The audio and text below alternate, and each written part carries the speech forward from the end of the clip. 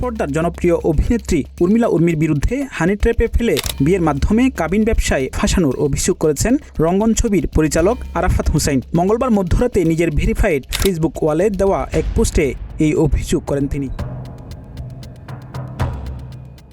আরাফাত অভিযোগ করেন, তিনি বিবাহিত জানা সত্ত্বেও প্রেমে জড়াতে চেয়েছিলেন উর্মি রাজি না হওয়ায় বিয়ে করতে চান। তাতেও রাজি না হওয়ায় গোপন রাখার শর্তে বিয়ে করতে চান। 2025 সালের 12 অক্টোবর ডেকে নিয়ে নানাভাবে হেনস্থা ও আত্মহত্যার হুমকি দিয়ে বিয়ে করতে বাধ্য করেন উর্মি। এ সময় কৌশলে কাবিনে স্বাক্ষরও নিয়ে নেন। পরে বিয়ে পড়ানোর সময় জানতে পারেন 20 লাখ টাকা মোহরনা নির্ধারণ করা হয়েছে, যা শুনে অবাক হন তিনি। পুরো বিষয়টি পরিকল্পিত ছিল বলেও দাবি করেন আরাফাত।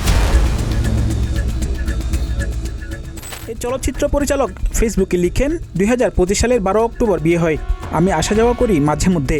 উর্মির শারীরিক অবস্থা অনেক খারাপ হয়ে যাওয়ার কারণে মিরপুর 10 আলোক হসপিটালে ডাক্তার দেখাতে যায় 23 নভেম্বর। কিন্তু উর্মি বারবার বলছিল আলট্রাসোনোগ্রাফি করার পর রিপোর্ট হাতে পেয়ে আকাশ থেকে পড়লাম, কারণ বিয়ের বয়স ছিল 35 দিন, পেটের বাচ্চা 47 দিনের। এখন প্রশ্ন হলো, বাচ্চাটা কার?